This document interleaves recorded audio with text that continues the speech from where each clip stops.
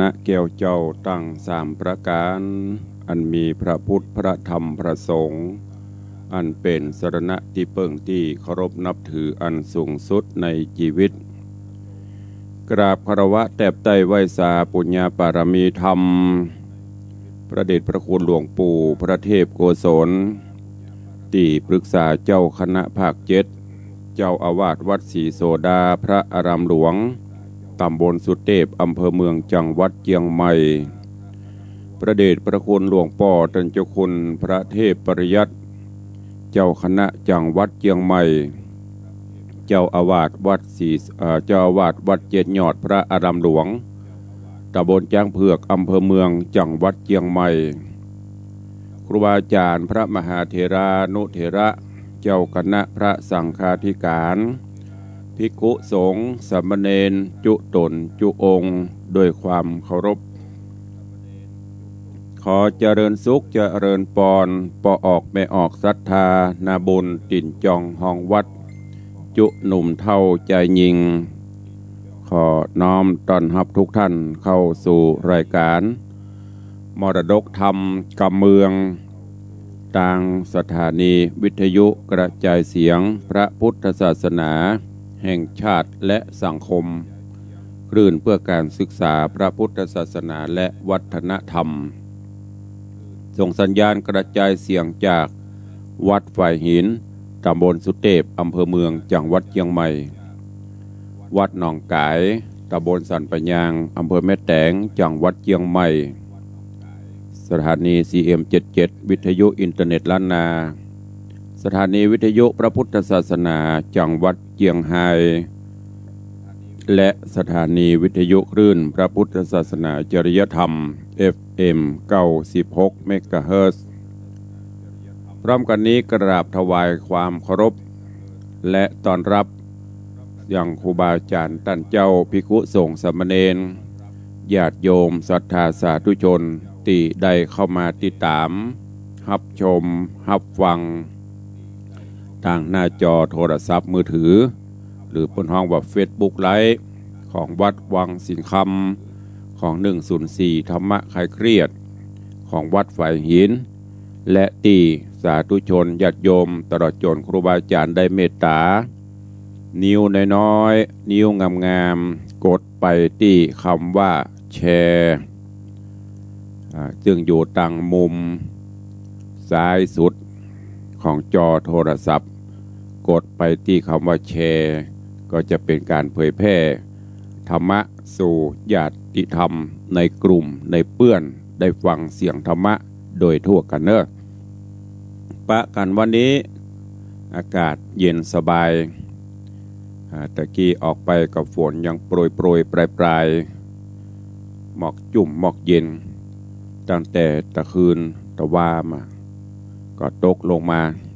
เกือบจะตลอดคืนก็ทำให้จุ่มฉ่ำเย็นสบายวันนี้ก็ขอให้เป็นวันแห่งความสุขของทุกท่านเนอะจะเดิ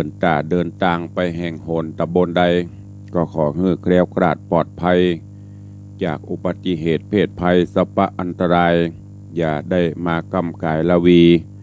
แม่นจักหิจักหาจักก้าจักขายดำเนินกิจธุรกิจกิจการใดๆก็ขอให้สำเร็จผลสมมโนในไฟอ้างที่สำคัญนั่นก็คือทุกอิริยาบถยืนเดินนั่งนอนขอให้ทุกท่านได้มีสติกำกับกายกำกับตัวอยู่เสมอและน้อมเอาพระพุทธพระธรรมพระสงฆ์เป็นสรณะที่เปิ้งที่เคารพนับถือจะไปหั่นไปนี่ก็ไหว้พระนพธรรมเจิญคุณพ่อคุณแม่ได้ปกปักรักษาก็จะนำปาฮือเฮาตันตรายฝ่าฟันปัญหาอุปสรรคกันไปได้เนอะ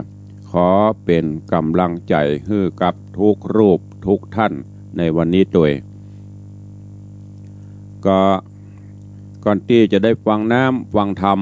แมวโขนคำก็ถวายความเคารพและก็ตักตายครูบาอาจารย์พระเจ้าพระสงฆ์ญาติโยมตั้งหน้าจอหน้าเฟซกันก่อนเนาะ ดังที่เขาได้ปฏิบัติกันมาถึงวันส่วนพี่น้องที่ฟังต่างบ้านต่างจองก็ท้ายรายการเราจะได้เปิดหน้าใหม่อู้จ่าตักตายกันเจ้าวันนี้กราบถวายการต้อนรับท่านเจ้าตุปีสิทธิชัยอินทวโนกราบใบสาครับเช่นเดียวกันเนอะก็กราบใบสาเหมือนกันเจริญปอนปินานล่าหรือว่าปินานจรันปิยะจันทร์บ้านดอยสิวกราบสาธุครับตุลุงเจริญปอนเนอะคุณโยมป่อวุฒิชัยสมณะคอกหมูป่าเจริญปอนเนอะโยมสุปรณีรูมากราบไหว้สาเจ้าเจริญปอนโยมเนอะคุณโยมอัมพลรัตากำลังเข้ามารับชมแล้วก็มีโยมนวลศิริหินเขียวเจริญปอนโยมปอเลี้ยงธนวัฒน์แม่เลี้ยงทัดพิชาสุสิงคำกราบไหว้สายำเจ้าสาธุเจริญปอนปอเลี้ยงไปเลี้ยงเหมือนกันเนอะยำเจ้าเจริญปอนโยมปีจัญญาฟองซักน้อมกราบใบสาท่านพระอาจารย์เจริญปอนเด้อโยมกับแก้วคำเปง ท่านเจ้าตุปีกิตติพงศ์กิตติโสพโนก็กำลังรับชมก็ถวายการต้อนรับตัวเองตลอดจนครูบาโจท่านพระครูธรรมธรบพิษทิตะโสพโนตุเจ้าสมปานวัดเทพนิมิตรแม่ขาน้อยก็เข้ามารับชมขอถวายการต้อนรับตัวเองอันจอคอมพิวเตอร์มันก็หิจะแห้งก็เดี๋ยวก็จะเพลงโฆษณาอย่างสดขึ้นมาต้องคอยปิด เจริญปอนต้อนรับโยมแม่จันเพนคำโปธาเนอะโยมแม่ตื่นเจ้าฟังน้ำฟังธรรมใบพระสวดมนต์โยมพลอยใจดีกำลังเข้ามาชมอยู่โยมแม่จันเพนบอกว่ากราบไหว้สาธุเจริญปอนโยมแม่เหมือนกันเนอะ โยมอรพินใจที่กรโยมพลอยใจดีกำลังเข้ามาชมกันก็ขอกราบถวายการต้อนรับและน้อมต้อนรับทุกท่านสู่รายการมรดกธรรมกับเมืองดำเนินรายการโดยตุลุงในวังอัตมภาพพระครูวิสิทธิ์ศรีลาภรณ์เจ้าคณะตำบลป่าแดดเจ้าอาวาสวัดวังสิงคำตำบลป่าแดดอำเภอเมืองจังหวัดเชียงใหม่นำเสียงธรรมแบบปื้นบ้านล้านนากำเมืองล้วนๆฟังแล้วแน่นอกแน่นใจกินอกกินใจพูดว่ากำเมืองถ้าเฮาบ่อู้แล้วไผจะอู้ของตุลุงในส่วนมากจะเป็นเมือง 90%ถ้าลืมนึกไปมันอาจจะมีไทยผสมมาสักหน่อยแต่ส่วนมากก็จะเป็นกำเมืองเนอะอนุรักษ์รักษาไว้คุณโยมณภัทรประภาวริศกำลังเข้ามาเนอะยินดีต้อนรับโดยมาฟังกันต่อก็เดี๋ยวก้อยตายรายการก้อยตักตายกันทำกรรมสำหรับท่านที่กำลังเข้ามาเนอะมีอย่างอันใดจะติชมรายการครูบาอาจารย์ก็ดีญาติโยมก็ตามเนอะพิมพ์คอมเมนต์เข้าไปได้แล้วก็จะได้ตอบกลับไปก็มาฟังกันในเรื่องของแมวโขนคำนิยายธรรมในตอนที่แล้วมาถึงเปิ้นเอาโพธิสัตว์เจ้าจุมปูราชกับพี่แมว หรือว่าไอ้แมวโขนคำเอาไปปล่อยใส่แปรปล่อยไหลน้ำไปแต่โดยยังมีบุญญาบารมีถึงแม้ว่าแปรไหลไปแตกแปรแตกเพราะถูกลมพัดกระจัดกระจายไป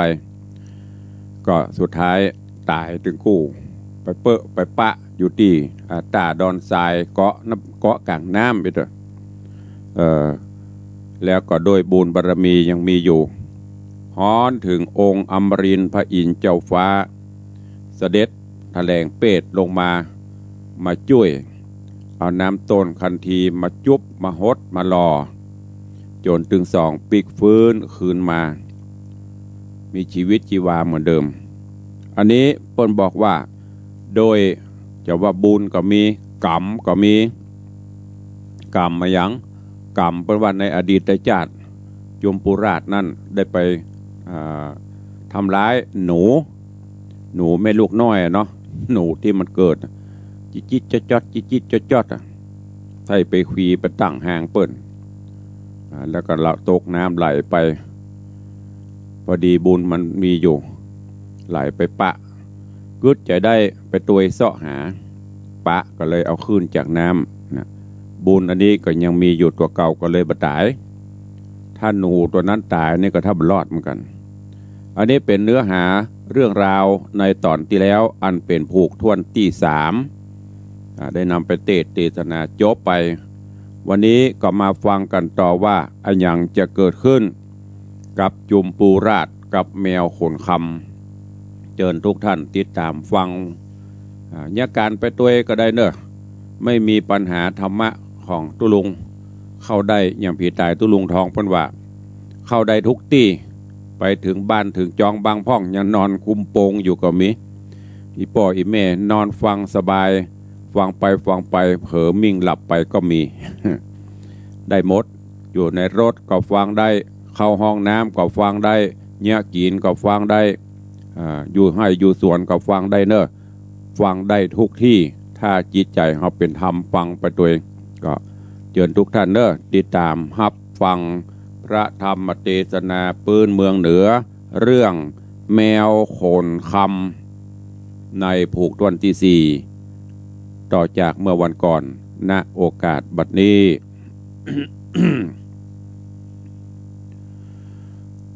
นะโมตัสสะภะคะวะโตอะระหะโตสัมมาสัมพุทธัสสะ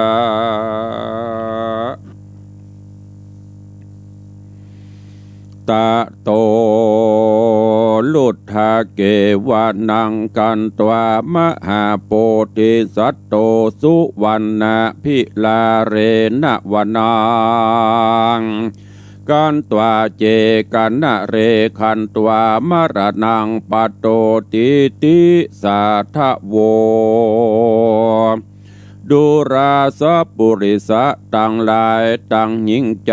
ม้วนหมู่อันอยู่นำนาต่างพาธนาไฟหอยอย่างสุขชื่นจ้อย3 ประการคือสุขสำราญลำยิ่งมีจุสิ่งดังประสงค์ในแขวงโขงลุ่มฟ้าคือโลกลาเมืองโคนสุขเมืองโคนเตต้องแดนเขตห้องเมืองสะวันเป็นนิรันดร์ค่ำเจ้าบ่หูโศกเศร้าเครื่องกามีตันหาดับวอดเกิดได้เทิงยอดเนรปานจริงฮือตานเขาน้ำวัตถุพรำปัจจัยศีลดวงใสสะอาดบ่ได้ขาดรักษาปาการพร้อมนาอยู่ทาฟังธรรมจุงได้จำติดต่อตามบาทคอบาลีว่าตะโตลุทธะเกวะนางดังนี้เป็นตนติดสืบสมตัวไปบาดีแดเตอตาหะโตโหมหาสัตโตอันว่ามหาสัตเจ้าบุญบ่อเศร้าจุมปูราชกุมารกันพรานดงด่านผู้เท่าเข้าป่าเศร้าหายตาก็ป่าแมวคำขาพี่จันเตียวสอดดันดงเรีนอมุนีกึดสอดข้าเน่งรอดในใจว่ากันจากปิกไปคืนสู่ยังที่อยู่ในเมืองตนบุญเรื่องป้อเจ้าก็ไม่เอาโกธาตนมันดาแม่นาก็ป้องจักขาตึงวันกำสั่งตันจักลากหือได้จากมาไกลกวนตัดใจไปนาบ่จักว่าคืนหลังหนอพูดทางยอดซอยกึดขะคอยหลายประการ มีใจผ่านไม้บาดน้ำตาหยาดปังลงเตี้ยวเข้าดงป่ากวางตามกำสร้างเดิมตีลูกไม่มีหลายหลากตามใจหากจักกินพ้องโหลนตามดินย้ายหยาดตาส้มและฝาดสูนกันพ้องหวานบ้านจื่นจ้อยคือขนุนห้อยจำลำกล้วยตีบคำเหลืองอ่อนมีจุบอนดงรีมากเวนมีหลายแหล่มากไฟแผ่เป็นสายตาเสือยายมากเต้ามากตับเต่าเป็นแถวหมากนมแมวเป็นหมู่หน่วยมีอยู่แดงแปลงซองจอมแปลงนอไทยดันป่าไม้ดงนาคืนดอยผาหลืบจอนลางเตื้อดันลงเหี่ยวป่าไม้เขียวน้อยใหญ่ลางเตื้อไตลงน้ำลางเตื้อย่ำดินแดงตาวันแรงหย่อนหอยจากหลับเหลี่ยมน้อยดอยผานอพุทธาหนุ่มเนาป้าพี่เจ้าแมวคำนอนกลางดงดำป่าไม้มืดเสียงควายไพรโซนแงนพอบนท้องฟ้า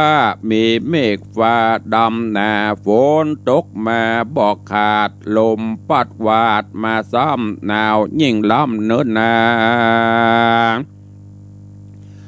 หนาวยิ่งล้ำปอสันดูกเอ็นลั่นไปในหนอหอใจยอดซอยก็กล่าวถอยขี่ยามกับแมวคำขาปีจะเอาว่าสองเฮานี้เล่าสั่งเครื่องเคียงแม่ตายหนีปรากนาเป็นกำพร้าตั้งนานสายวงวานปาปูปีน้องอยู่เวียงใจต่างสุขใจชื่นจ้อยเฮาก็มาตำก้อยอนาถามีปิตาพ่อเจ้าบ่เหมือนคนหนุ่มเท่ายิ่งใจก้อนแม่บ่ตายกลาพรากเตียงบ่ลำบากตกผ่านนอโปธิญาณหน่อยนาดยินไม่บาดมองใจริร่ำไรหลายแหล่ว่าแม่เฮอแม่เป็นเจ้าสัง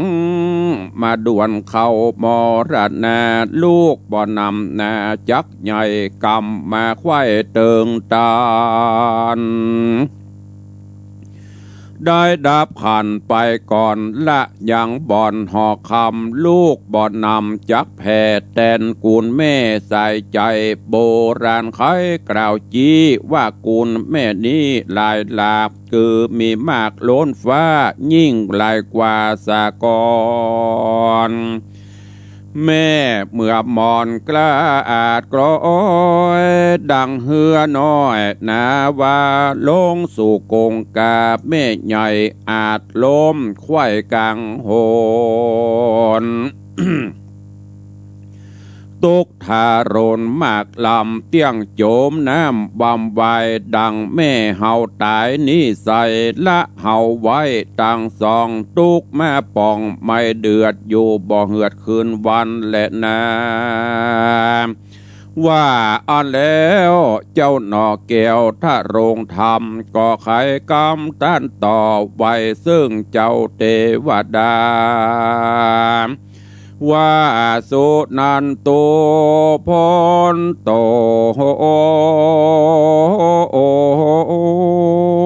เตปะสังขโยดุราเตปดาเจ้าตั้งหลายเฮ้ยมวลหมู่อันหักษาอยู่กู้พิมานนายดงดานป่าไม้พับเสียงควายจุมปูขออินดูตัวขาอันพรากนามากลาย ลงดงไพรป่าไม้ขอเทพไทยจีจ้องเธอเตียวต้องไปดีหนอมุนียอดซอยริร่ำถอยลายประการหิมมาบานป่าใหญ่ดักเสียงควายเย็นบ่อยตัวบนดอยเถื่อนทองบ่มีเสียงห้องอันใดสองสายใจยอดซอยยินอ่อนม้อยหลับไปก็มีหันแหละนาปุณนาเตวะเสกันวันลุนแจ้งรุ่งอาทิตย์ปุ้งเรื่องไรสองสายใจนอนเนาก็ลงจากเก้ารุกขาดอนดงนาป่ากวางตามกำสั่งเดิมอ่อนเตียวดงดอนดันป่า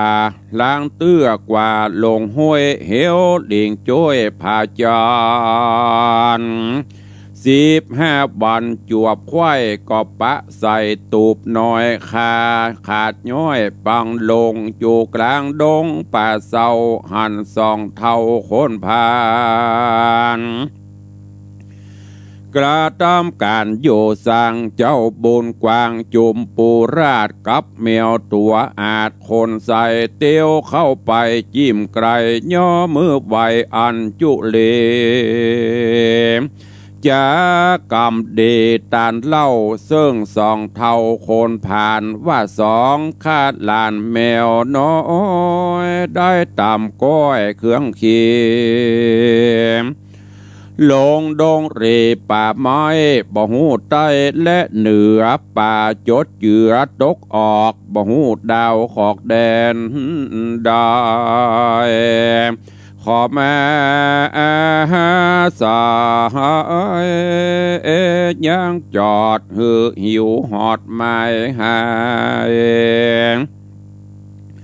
ขอตายายปู่ป่าอินดูคาคนผ่านปันอาหารเข้าน้ำวัตถุพร่ำตามเมแล้วไขว่าตีบอกเราตั้งแต่เก้าเดิมมาหือสองขาป้าปู่ได้พร่ำหูตามรายก็มีหันเล็ดนาอาทะในกาละนั้นเล่าสองขาเท่าคนผ่านฟังดอโปธิญาณกล่าวถอยยินตามก้อยขี่มอง น้ำตาน้องย้อยหยาดบ่ได้ขาดลามไหลแล้วจาก้ำไปตันต่อว่าดูราเจ้าน้อยนอเด็กขาป่าแมวมาเป็นกู้เข้ามาสู่เฮือนเฮาจุงฟังเอาทวนทีเฮาจากจี้ไข่จ้าว่าสองเล่ารานี้เล่าบ่มีลูกเต่านายโตโหนตุกอับจนกันอยากหาเลี้ยงปากตามพานการว่าล้านนอดเนาบอกใครเต้าเมืองย้อนกำเคืองแม่นาปองจักข้าเอาตายอย่าได้หมายไปสู่ยังที่อยู่แดนได้จุงโอดใจอยู่ป่ากับปู่ป่าคนผ่านเป็นดังลานลูกเต่าปั่นดังแมวเจ้าคนคำก็อย่านำไปจากกึดพรากจากล้านนี้แดดเตอดังสุดตัวในการลานันใส่พระที่ใบจุมปูราชฟังโอกาสไข่จ้าแห่งสองขาผู้เท่าขาดนิ่งเล่าไปน้อยก็เมใจจื่นจ้อยป่าแมวน้อยผู้เป็นปี้เข้าไปที่เกหาส่วนสองขาขี้ไรก็เอาลูกไม้หัวมันนำมาปั่นยื่นตอนเจ้าน้อยอ่อนบุญเมแล้วไขว่าตีกล่าวต่อว่าดูราเจ้าด้อยนอบุญแน่เฮาอนาถาอยากไรเสาะสอดไสหากิน โคตามดินหาเผือกเสาะไซเลือกหามันตามดงตันป่าไม้บ่หอนได้เครื่องเคียง เถิงบ่มีหลายหลากใจนั้นหากเจยบานบ่ใจหานหยาบจาเว้นบาปกรามัวดำใจเป็นธรรมบอกขาดมีศีลสะอาดหักษาโบราณจาแต่ไทยไขกล่าวไว้ปั่นหมายว่าคนยิ่งใจล่างพ้องอยู่ในห้องเก๊กหาสูงสุดตากำฟ้าใจต่ำกว่าดินดานพ้องตกผ่านก้อนอยากตุกลำบากอนาถาอยู่เกหาเฮือนต่ำใจนานซ้ำสูงลายคนยิ่งใจโลกใดมีพร้อมไว้นานาโบราณจากล่าวจี้หากแม่นตี้ตามกรรมดูราเจ้าบุญนำกลิ่นกู้โออยู่กับป้าปู่ดงไพรจุงขะนิ่งในตังตอกว่าเป็นดังพ่อกุลนาดังมันดาแม่คาปู่ป้าเท่าสองคาคอยขี้เนื้อกล่าวถอยมีบอดน้อยหลายประการเฮือเจ้ากุมารจุมปูราชหูเจ้งขวาดดำมีก็มิงฮอนและนาตาโต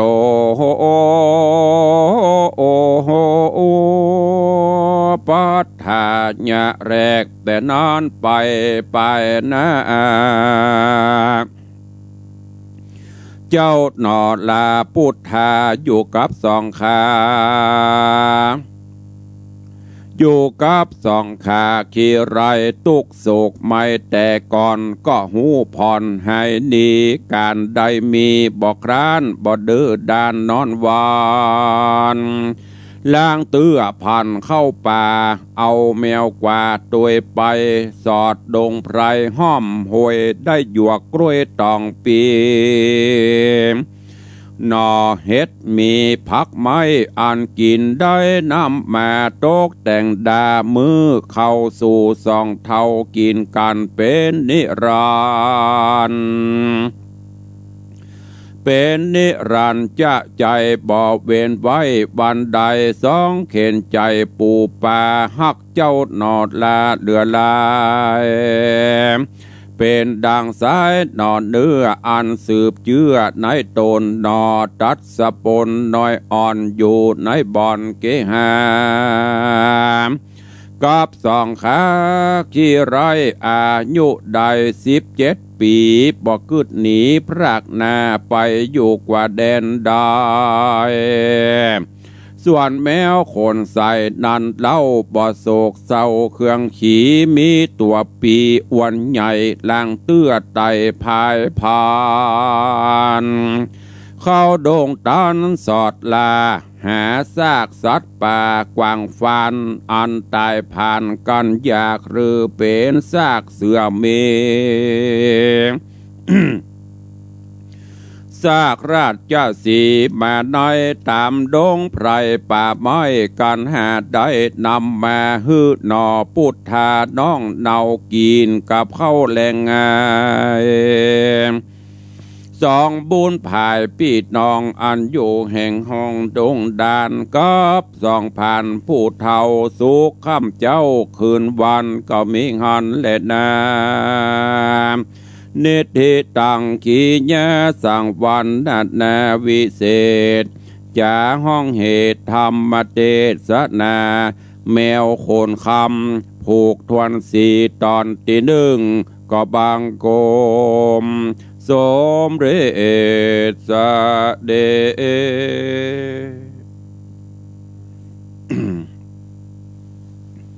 พระธรรมเทศนาในเรื่อง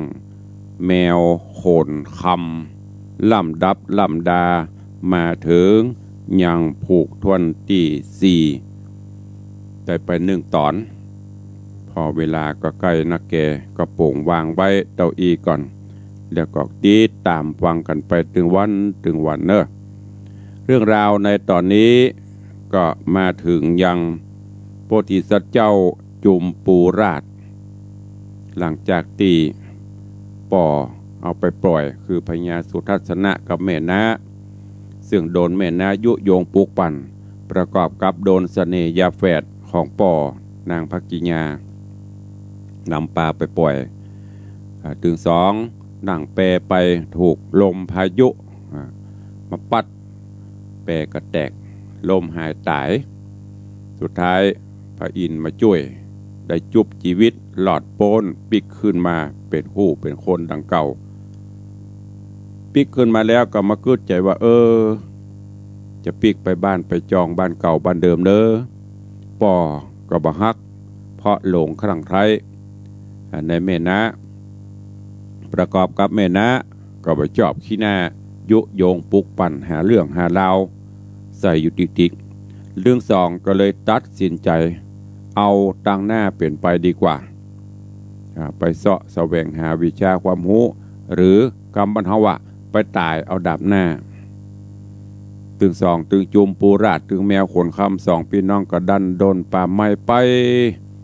เก็บนั่นเก็บนี้หน่วยหมากหน่วยไม้อันไหนที่กินได้ก็เก็บกินประทังชีวิตไปจนกระทั่งไปปบไปปะใส่ตูบหลังหนึ่งคากระยวะกระยวดจะปังแหล่บ่ปังแหล่พอเข้าไปในตูบไปปะใส่ปะเท่าแม่เท่าสอง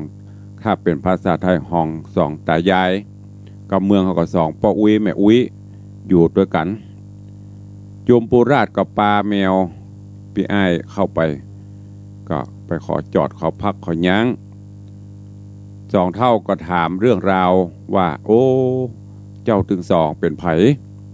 ไปจะใดมาจะใดถึงมาฮอดมาถึงมาเติงติเพจุมปูราชเจ้าก็เล่าเรื่องราวต่างๆนานาที่ป่อเอาไปปล่อยที่แม่นายุโยงปลุกปั่นฮื้อถึงสองแต่หู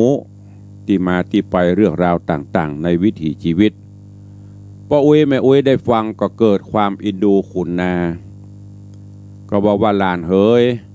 ถึงแม้นว่าอุ้ยถึงสองจะตุกจะยากแต่ก็ยินดีเนอะ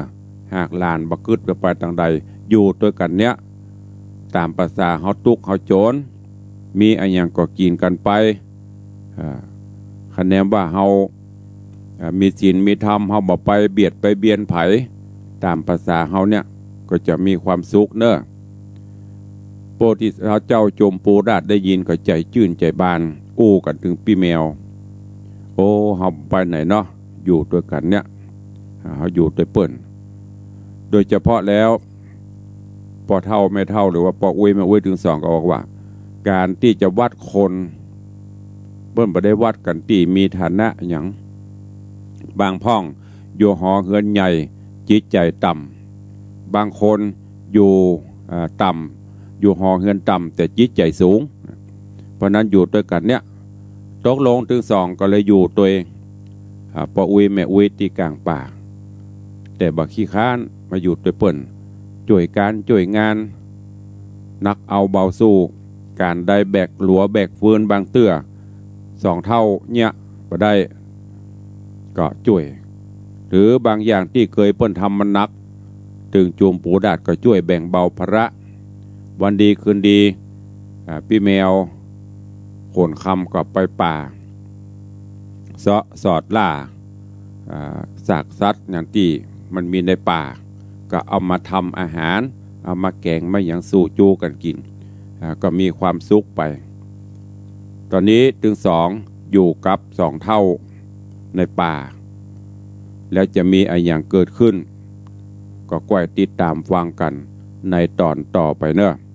นี่คือธรรมะพื้นเมืองเหนือเรื่องแมวโขนคำสารธรรมญาติโยมทั้งหลายคนเฮาจะอยู่ที่ไหนอย่างที่เคยบอกไปอยู่จะได้ถ้าจิตใจเฮาบ่เบิกบานจิตใจเฮาบ่มีศีลบ่มีธรรมถึงแม้จะอยู่ในคฤหาสน์จะอยู่ในราชวังมันก็มีความสุขถ้าเฮามีจิตใจเบิกบานแจ่มใสหู้จักโปรดโปร่ง หูจักปล่อยวางอยู่ที่ไหนก็มีความสุขอย่างดังคำเป็นว่าแบกนักก็นักถ้าหูจักปลดโปร่งปล่อยวางลงพ่องมันจะเบาเมื่อมันเบาเราก็มีความสุขเพราะทุกคนจะเสาะแสวงหามันจะได้บ่ได้จะมีมาอยู่ที่บุญญาบารมีดังจากนั้นก็บ่ต้องไปอิจฉาตาฮ้อนไผเด้อหันเปิ้นมีจะไปใครได้หันเปิ้นขี้ไร้จะไปดูแควนหิหาไป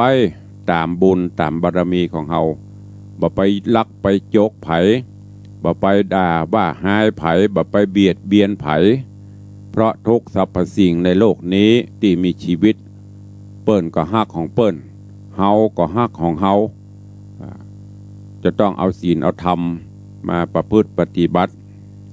ไม่ต้องไปเบียดเบียนต้องไปใส่ร้ายไม่ต้องไปยุโยงปลุกปั่นไผ่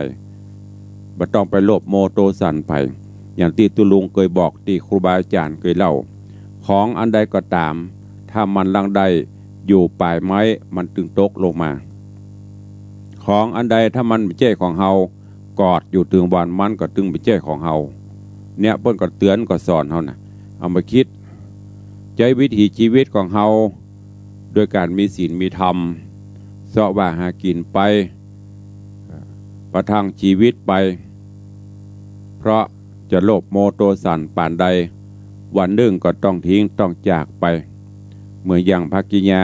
แม่นาของโพธิสัตว์เจ้าเป็นถึงผู้หลักผู้ใหญ่ละก็ยังจิตใจไฟต่ำอยู่คิดจะฮุบสมบัติต่างๆไว้เป็นของตัวเก่าทั้งที่เฮาตั้งหลายอายุก็บ่ถึง100 ปีถึงจะมีก็น้อยเต็มทีเนอะกินไปตานไปอยู่ไปอย่างประเทศต่างๆที่ว่ามหาอำนาจมันจะเป็นมหาอำนาจเท่าใดมันก็ตึงตายกูล่ะมึงกับมึงล่ะกูอย่างที่เฮาพอหันข้าวหันคราวแล้วน่ะมีไผเฮาเนี่ยเปิ้นก็เนี่ยเฮาเพราะเฮาไปผูกกรรมกับตำเวรกับเปิ้นโลบ่มีกรรมบ่มีเวรกับไผอยู่สบายเบาหยงกินก็ลำนอนก็หลับยะสบายใจเนอะฝากไว้กับทุกท่านตัวเองยิ่งโลกเฮาปัจจุบันนี้สำหาย อยู่ด้วยกันด้วยการบริโภคสื่อการบริโภคอย่างต่างๆก็อย่างที่ตุลุงบอกเนอะคือพยายามหมั่นฝนดาบสลีกันใจก็คือสติปัญญานะรู้จักแยกแยะพินิจพิจารณาได้ยินอันนั้นอันนี้มาเพิ่นบอกว่าได้ยินเข้าหูจะไปฟังถูออกปากกลั่นกรองเรื่องของเฮาก่อเฮาอู้ไปเฮาจะเดือดร้อนก่อเปิ้นจะเสียหายก่อคิดพิจารณาเอายิ่งประเดี๋ยวสัญญาอย่างที่ตุลุงกูเคยว่าไปนะ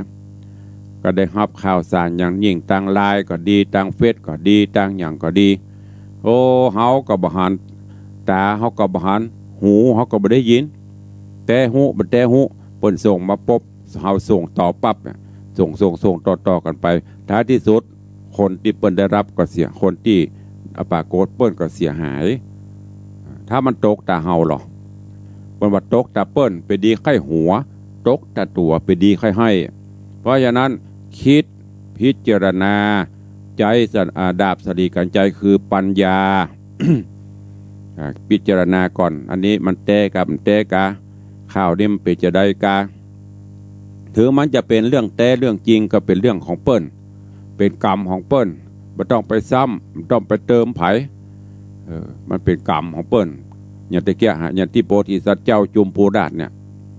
เป็นลูกของพญาเจ้าเมืองก็ยังโดนพวกประใส่แปรไหลอยู่หั่นน่ะก็เพราะกรรมที่ได้บอกไปกรรมมุนาวัตติโลโกสัตว์โลกเป็นไปตามกรรมดังนั้นฝากฟังไว้กับญาติโยมทั้งหลายที่ได้ติดตามรับฟังเด้อฟังแล้วก็เก็บไปคิดพิจารณาเอาไปใช้ในการดำเนินชีวิตประจำวันทำวันนี้ให้ดีที่สุดโดยการหมั่นตรวจตราศีลธรรมตั้งแต่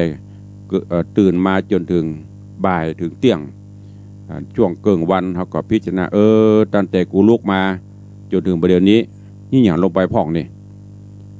มีอันดีนักกับว่าอันบดีนักพอจากนั้นไปถึงเข้านอนพิจารณาแห่งกรรมแล้วก็ไหว้พระเนี่ยเพราะว่ามีสติสัมปชัญญะ ถ้ามีสติสัมปชัญญะกำกับตนกำกับตัวเฮาตลอดเวลาจะมีความสุขฝากไว้กับทุกท่านเตยก่อนที่จะได้ได้จาประสานหน้าไมค์กับสาธุชนญาติโยมทั้งหลายก็ขออนุญาตประชาสัมพันธ์ขอบคุณญาติธรรมญาติโยมเนอะโดยข่าวสารงานบุญกุศลที่จะมีขึ้นในปลายหน้านี้ก็ทางวัดวังสิงคำตุลุงก็พยายามประกาศให้ทุกท่านได้โมทนาสาธุเนอะวันอาทิตย์ที่14วันอาทิตย์ที่14พฤศจิกายนเนอะเชิญจวนพุทธศาสนิกชนอีพ่ออีแม่ครูบาอาจารย์ญาติโยมเฮาก็ดีทุกเจ้าพระนายเฮาก็เหมือนกันเนอะมีโอกาสก็ขอนิมนต์ร่วมบุญกุศลทานกฐินสามัคคีที่วัดวังสิงคำเนอะในวันอาทิตย์ที่14พฤศจิกายนเป็นกฐินสามัคคีเนื่องจากปีนี้เศรษฐกิจเป็นจะอีกุเตือนนี่จะมีกฐินใหญ่กฐินหลวงมาก็บ่แน่เพิ่มให้เศรษฐีใจบุญในทุนใจดีเข้ามาร่วมก็มาได้อยู่ตอนนี้ที่วัดวังสิงคำก็มีเจ้ามูลศรัทธาเก้าเงาเป็นประธานนั่นก็มีโยมปอเลี้ยงธนวัฒน์แม่เลี้ยงทัดพิชาสุสิงคำร่วมกับทางป้ออาจารย์บุญมาแม่ตุนแก้วทาคำแปงและครอบครัวร่วมกันกับ FC มิตรรักแฟนรายการสาธุชนญาติโยมทั่วสารทิศเป็นเจ้าภาพร่วมกันเป็นกฐินสามัคคีเนอะวันอาทิตย์ที่14พฤศจิกายนเวลาประมาณบ่าย2 โมงตอดถวายแล้วก็ต่างวัดฝ่ายหินเนอะต่างวัดฝ่ายหินปีนี้ก็มีพิธีตอดกฐินสามัคคีของมหาวิทยาลัยเจียงใหม่วัดฝ่ายหินนี้มหาวิทยาลัยเปิ้นจะเป็นเจ้ามูลศรัทธาเก้าเป็นประจำทุกปีเป็นเจ้ามูลศรัทธาเก้ามีกำหนดการทอดถวายในวันเสาร์ที่30ตุลาคมก่อนของตุลุงเนอะของเปิ้นทอดวันที่30ตุลาที่จะถึงนี่ละของตุลุงวันที่14พฤศจิกาปุ่นก่อนวันเสาร์ที่30ตุลาเวลาบ่าย2 โมงนี่เป็นกฐินของวัดฝ่ายหินหรือญาติโยมที่ใครห่วมบุญกุศลก็สามารถทำได้เนอะจะฝากตุลุงนี่ก็ได้หรือจะโอนเข้าบัญชีวัดฝ่ายหินก็ได้เนอะบัญชีวัดฝ่ายหินธนาคารไทยพาณิชย์จำกัดเลขที่บัญชี667-200-2010สาขามหาวิทยาลัยเชียงใหม่ก็ฝากไว้ตัวเองทักทายพี่น้องตังหน้าเฟซแหมสกรรมเดี๋ยวก็จะไปตังหน้าใหม่เนาะในตอนนี้ตะกี้มาถึงที่ไผ่คุณโยมณภัทรโยมพลอยใจดีโยมอรพินใจที่ก่อนที่เข้ามาตะกี้ก่อนจะเตะเนาะแล้วก็ตอนนี้ก็มียายเพลินเปื่อนเกษตรกราบไหว้สาเจ้าสาธุเจริญปอนเนอะโยมแม่ครูเหรียญทองจันทีสาธุเจริญปอนโยมตูก็เข้ามาชมในรายการกราบไหว้สาเมตตาเทศนาธรรมสาธุเจริญปอนเนอะโยมลักษณะเกตดีโยมตูเพิ่นให้หอมอย่างก็การเทศการทำมาตัว300ขอบคุณอนุโมทนาบุญตัวโยมพี่อัญชลีคำกิตติโยมจรัญพุทธาจากดอยแต้นพระโยมแม่จันดีวิสุทธินันท์โยมพี่จงลักษ์มีงานโยมวาลีอินทกูลสาธุอนุโมทนาทุกท่านเนอะที่ได้เข้ามาชมมาติดตามในรายการนี้ขอบคุณกับลูกหลานตันเต้าของแม่อุ้ยมอนจันติปณวงศาตะวานี้เปิ่นชาปนกิจศพแม่อุ้ยมอนก็เป็นผู้เฒ่าผู้แก่บ้านเฮาปีแล้วแม่อุ้ยมอนเป็นกฐิน1 ต้น100,000 บาทปีนี้แม่อุ้ยเมื่อค่ะก็ชาปนกิจตะวาลูกหลานได้นำจตุปัจจัยปักกรอบหูปปักบนหลังโลงศพหลังล่องจำนวน 20,000 บาทตุลุงก็เอามาสมทบเข้ากฐินเพื่อเปิ้นเนอะอุทิศบุญกุศลกับโยมแม่อุ้ยมอนจันติป ณวงศาตุยขอบคุณกับลูกหลานที่ได้หันความสำคัญได้นำเอาปัจจัยปักหลังล่องกับเมืองเขานะปักหลังล่องปักกรอบรูป 20,000 บาทก็เอาสมทบตอดกระถินฮื้อแม่อุ้ยหมอนเนอขอบคุณแม่อุ้ยหมอนจันดีเจริญตื้อร่วมโมทนากฐิน500 บาทแม่บัวหงอากะเรียนบ้านดอนหลวงประสางละปูนร่วมโมทนาบุญกฐิน200 บาทของวัดยังกวง200 บาทแล้วก็หอมกันทำแหม500 บาทอนุโมทนาบุญขอบคุณด้วยเนอะ เอาต่อไปจะได้ตักได้ตายพี่น้องตังเฟซบุ๊กเฟซไลน์แต่ว่ามี9 สาย วันนี้จะมีกี่สายบวกเอาใครจะอู้จะเอ่ยจะจาสนทนาตักได้กับตุลุงเข้ามาได้0817836540แม่เลี้ยงเจริญปอนพี่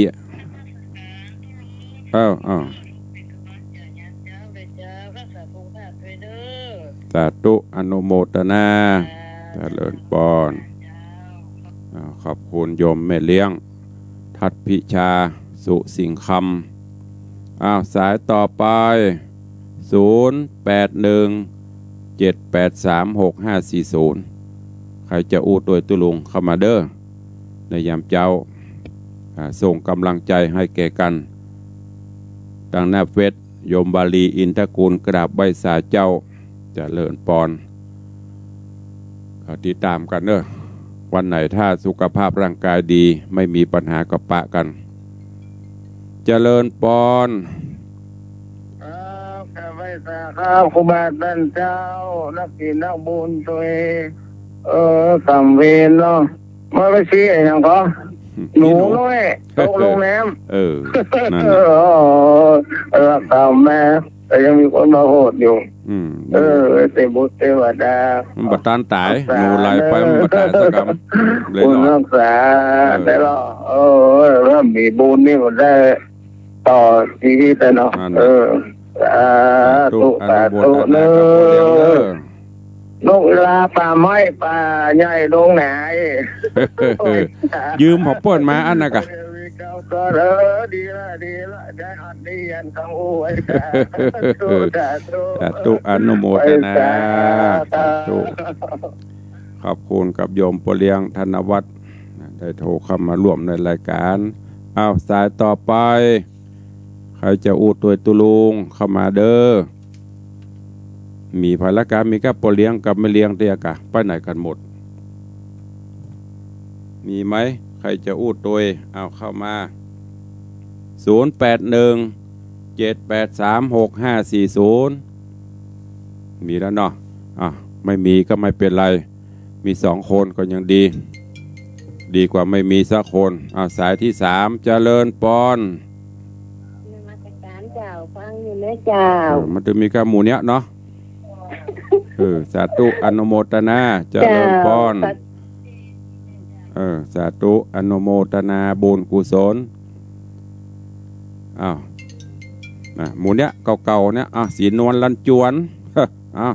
สาธุวันนี้เป็นเบอร์ที่4เนาะเบอร์ที่4เจ้าสาธุติดตามด้วยเบอร์ที่5จันคำแสงบุญฟังจริงวันเนี่ยเจ้านั่นน่ะมีก็หมู่เฮาได้น่ะฟังแล้วก็โทรมาน่ะเจ้าสาธุเนาะแม่เอาฝากพี่หนานไปแล้วเด้อถ้ามาถึงก็จะบอกเนอะสาธุอนุโมทนาสายที่5สายที่6ปานีอากาศเย็นเจ้าสบายดีบางสีทานโตกับเจ้ามันไปรอดปะที่ไหนแม่ปกติเต็มกระไดเนาะตกอยู่สาธุอนุโมทนาสายต่อไปเด็กหญิงจันดีวันนี้รับลูกขวายลูกประเดี๋ยวนี้เนาะฟังเจ้าเหรอสาธุอนุโมทนามันเย็นเนาะรับม่วนเนาะเจ้าอนุโมทนาสาธุจะเริ่มบุญรักษาเด้อจะเริ่มปอน แม่ปานป้า เจ้าขอกำลังใจนะเจ้า สาธุอนุโมทนาบุญรักษาเด้อแม่ครูเหรียญทอง เจ้าไว้ต่อเจ้าฟังอยู่นะ เจริ เจ้า ญพรสาธุเอาเวลาหมดแล้วยังดีอันที่อย่างตุลุงอย่างอู้บวยก็คือมันหมู่เก่าๆฮะนะก็เลยปุ๊บมอกเปิ้นหูมอกเปิ้นรายงานตัวนกลาป่าไม้ไก่ลาเข้าเปลี่ยนทูบจะลาเตียนเสวียนจะลาเข้าเจ้ามือลาหวยสวยลาพระเจ้าพักแว่นลาเตาหนองแจ๊ะปูจะลานา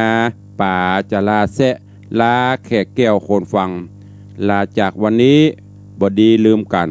วันหน้าเฮายังปะกันเนอเจ้าหลวดขอสู่มาพ่อแม่แก่เท่าพี่น้องของเฮาคือคักหน้าบ่เหมาะสมเพราะว่าผมหัวเฮาก็ปอนนัก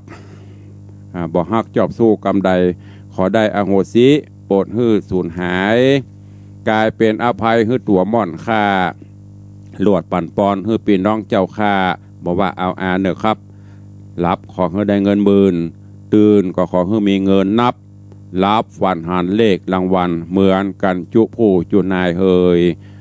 นำรายการจากไปก่อนเด้อจัตตาโรธรรมาวัตันติอายุวันโนสุขังปะลัง